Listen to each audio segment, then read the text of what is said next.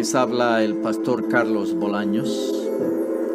Estaré participando con ustedes la lectura de la palabra del Señor en el día de hoy, en el libro de Génesis capítulo 25 al 26.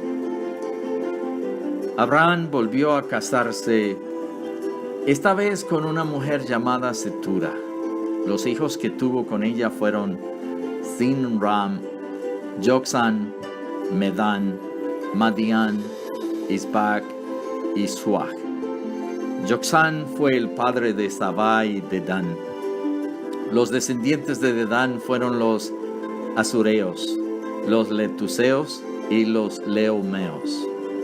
Los hijos de Madián fueron Efa, Efer, Janok, Abidá y Eldá. Todos estos fueron hijos de Cetura. Abraham entregó todos sus bienes a Isaac. A los hijos de sus concubinas les hizo regalos y mientras él todavía estaba con vida los separó de su hijo Isaac, enviándolos a las regiones orientales. Abraham vivió 175 años y murió en buena vejez, luego de haber vivido muchos años, y fue a reunirse con sus antepasados. Sus hijos Isaac e Ismael los sepultaron en la cueva de Macpela, que está cerca de Manré, es decir, en el campo del hitita Efrón, hijo de Zohar. Este era el campo que Abraham les había comprado a los hititas. Allí lo enterraron junto a su esposa Sara. Luego de la muerte de Abraham, Dios bendijo a Isaac, hijo de Abraham, quien se quedó a vivir cerca del pozo de Lahai Roi. Esta es la descendencia de Ismael, el hijo que Abraham tuvo con Agar, la criada egipcia de Sara. Estos son los nombres de los hijos de Ismael, comenzando por el primogénito: Nebayot, Sedar, Abdel, Mibsán, Misma, Duma, Masa, Adar, Tema, Jetur, Nafis y Sedema. Estos fueron los hijos de Ismael, y estos los nombres de los 12 jefes de tribus, según sus propios territorios y campamentos. Ismael vivió 137 años. Al morir fue a reunirse con sus antepasados. Sus descendientes se quedaron a vivir en la región que está entre Havilá y Sur, cerca de Egipto, en la ruta que conduce a Asiria. Allí se establecieron en franca oposición a todos sus hermanos. Esta es la historia de Isaac, el hijo que tuvo Abraham. Isaac tenía 40 años cuando se casó con Rebeca, que era hija de Betuel y hermana de Labán. Betuel y Labán eran arameos de Padán Aram. Isaac oró al Señor en favor de su esposa porque era estéril. El Señor oyó su oración y ella quedó embarazada. Pero como los niños luchaban dentro de su seno, ella se preguntó: si esto va a seguir así, ¿para qué sigo viviendo? Entonces fue a consultar al Señor y Él le contestó: 2 naciones hay en tu seno, 2 pueblos se dividen dentro de tus entrañas. Uno será más fuerte que el otro, y el mayor servirá al menor. Cuando le llegó el momento de dar a luz, resultó que en su seno habían mellizos. El primero en nacer era pelirrojo y tenía todo el cuerpo cubierto de vello. A este lo llamaron Esaú. Luego nació su hermano agarrado con una mano del talón de Esaú, y a este lo llamaron Jacob. Cuando nacieron los mellizos, Isaac tenía 70 años. Los niños crecieron. Esaú era un hombre de campo y se convirtió en un excelente cazador, mientras que Jacob era un hombre tranquilo que prefería quedarse en el campamento. Isaac quería más a Esaú porque le gustaba comer de lo que él cazaba, pero Rebeca quería más a Jacob. Un día, cuando Jacob estaba preparando un guiso, Esaú llegó agotado del campo y le dijo: dame de comer de ese guiso rojizo, porque estoy muy cansado. Por eso a Esaú se le llamó Edom. Véndeme primero tus derechos de hijo mayor, le respondió Jacob. Me estoy muriendo de hambre, contestó Esaú. Así que, ¿de qué me sirven los derechos de mi primogénito? Véndeme entonces los derechos bajo juramento, insistió Jacob. Esaú se lo juró, y fue así como le vendió a Jacob sus derechos de primogénito. Jacob, por su parte, le dio a Esaú pan y guiso de lentejas. Luego de comer y beber, Esaú se levantó y se fue. De esta manera menospreció sus derechos de hijo mayor. En este tiempo hubo mucha hambre en aquella región, además de la que hubo en tiempos de Abraham. Por eso Isaac se fue a Gerar, donde se encontraba Abimelech, rey de los filisteos. Allí el Señor se le apareció y le dijo: no vayas a Egipto, quédate en la región de la que te he hablado, vive en ese lugar por un tiempo, yo estaré contigo y te bendeciré, porque a ti y a tu descendencia les daré todas esas tierras. Así confirmaré el juramento que le hice a tu padre Abraham.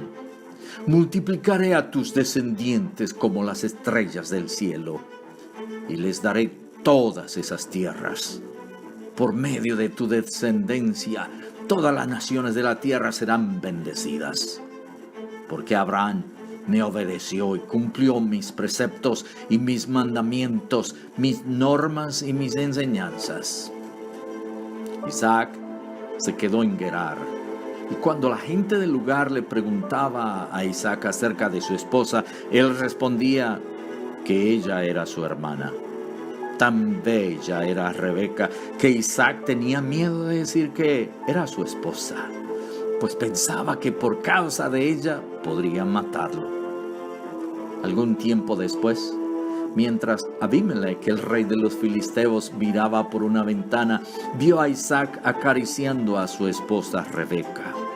Entonces mandó a llamar a Isaac y le dijo: ¿con que ella es tu esposa? ¿Por qué dijiste que era tu hermana? Yo pensé que por causa de ella podrían matarme, contestó Isaac. ¿Por qué nos hiciste eso?, replicó Abimelech. Alguno de nosotros podría haberse acostado con tu esposa y tú nos habrías hecho a todos culpables de este pecado. Por eso Abimelech envió esta orden a todo el pueblo: si alguien molesta a este hombre o a su esposa, será condenado a muerte. Isaac sembró en aquella región y ese año cosechó al 100%, porque el Señor lo había bendecido. Así Isaac fue acumulando riquezas hasta que llegó a ser muy rico. Esto causó que los filisteos comenzaran a tenerle envidia, pues llegó a tener muchas ovejas, vacas y siervos.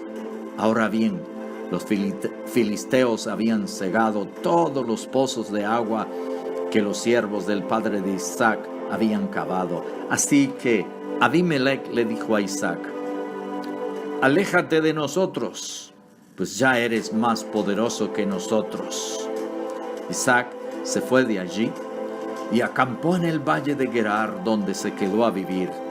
Abrió nuevamente los pozos de agua que habían sido cavados en tiempos de su padre Abraham y que los filisteos habían tapado después de su muerte, y les puso los mismos nombres que su padre les había dado.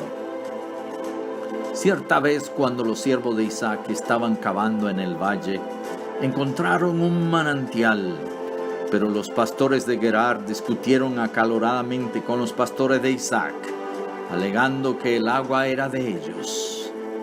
Pero Isaac llamó a ese pozo Pleito, porque habían peleado con él. Después, sus siervos cavaron otro pozo, por el cual también se pelearon. Por eso Isaac lo llamó enemistad. Entonces Isaac se fue de allí y cavó otro pozo. Pero esta vez no hubo ninguna disputa. A este pozo lo llamó Espacios Libres. Y dijo: el Señor nos ha dado espacio para que prosperemos en esta región. De allí Isaac se dirigió a Beerseba. Esa noche se le apareció el Señor y le dijo: yo soy el Dios de tu padre Abraham. No temas, que yo estoy contigo. Por amor a mi siervo Abraham, te bendeciré y multiplicaré tu descendencia. Allí Isaac construyó un altar e invocó el nombre del Señor. Acampó en ese lugar y sus siervos cavaron un pozo. Cierto día, Abimelech fue a ver a Isaac desde Gerar. Llegó acompañado de su consejero Ahuzat y de Ficol, el jefe de su ejército. Isaac les preguntó: si tanto me odian, que hasta me echaron de su tierra, ¿para qué vienen a verme? Nos hemos dado cuenta de que el Señor está contigo, respondieron. Hemos pensado que tú y nosotros debiéramos hacer un pacto respaldado por un juramento. Ese pacto será el siguiente: tú no nos harás ningún daño, ya que nosotros no te hemos perjudicado, sino que te hemos tratado bien y te hemos dejado ir en paz. Ahora el bendecido del Señor eres tú. Isaac les preparó un banquete y comieron y bebieron. A la mañana siguiente se levantaron muy temprano e hicieron un compromiso mutuo. Luego Isaac los despidió y ellos se fueron en calidad de amigos. En aquel mismo día, los siervos de Isaac fueron y le informaron acerca de un pozo que había cavado y le dijeron: hemos encontrado agua. Isaac llamó a ese pozo Juramento. Por eso la ciudad se llama Beerseba hasta el día de hoy. Esaú tenía 40 años de edad cuando se casó con Judith, hija de Beri elitita. También se casó con Basemat, hija de un hitita llamado Elón. Estas dos mujeres le causaron mucha amargura a Isaac y a Rebeca. Mateo 8, 1 al 17. Cuando Jesús bajó de la montaña, lo siguieron grandes multitudes. Un hombre que tenía lepra se le acercó y se arrodilló delante de él. Señor, si quieres puedes limpiarme, le dijo. Jesús extendió la mano y tocó al hombre. Sí, quiero, le dijo. Queda limpio. Y al instante quedó sano de la lepra. Mira, no sé lo que digas a nadie, le dijo Jesús. No se lo digas a nadie. Solo ve, preséntate al sacerdote y lleva la ofrenda que ordenó Moisés para que les sirva de testimonio. Al entrar Jesús en Capernaum, se le acercó un centurión pidiendo ayuda. Señor, mi siervo está postrado en casa con parálisis y sufre terriblemente. Iré a sanarlo, respondió Jesús. Señor, no merezco que entres bajo mi techo, pero basta con que digas una sola palabra y mi siervo quedará sano. Porque yo mismo soy un hombre sujeto a órdenes superiores y además tengo soldados bajo mi autoridad. Le digo a uno, ve y va, y al otro, ven y viene. Le digo a mi siervo, haz esto y lo hace. Al oír esto, Jesús se asombró y dijo a quienes lo seguían: les aseguro que no he encontrado en Israel a nadie que tenga tanta fe. Les digo que muchos vendrán del oriente y del occidente y participarán en el banquete con Abraham, Isaac y Jacob en el reino de los cielos. Pero a los súbditos del reino se les echará fuera a la oscuridad, donde habrá llanto y rechinar de dientes. Luego Jesús le dijo al centurión: ve, todo se hará tal como creíste. Y en esa misma hora aquel siervo quedó sano. Cuando Jesús entró en casa de Pedro, vio a la suegra de este en cama con fiebre. Le tocó la mano y la fiebre se le quitó. Luego ella se levantó y comenzó a servirle. Al atardecer le llevaron muchos endemoniados y con una sola palabra expulsó a los espíritus y sanó a todos los enfermos. Esto sucedió para que se cumpliera lo dicho por el profeta Isaías. Él cargó con nuestras enfermedades y soportó nuestros dolores.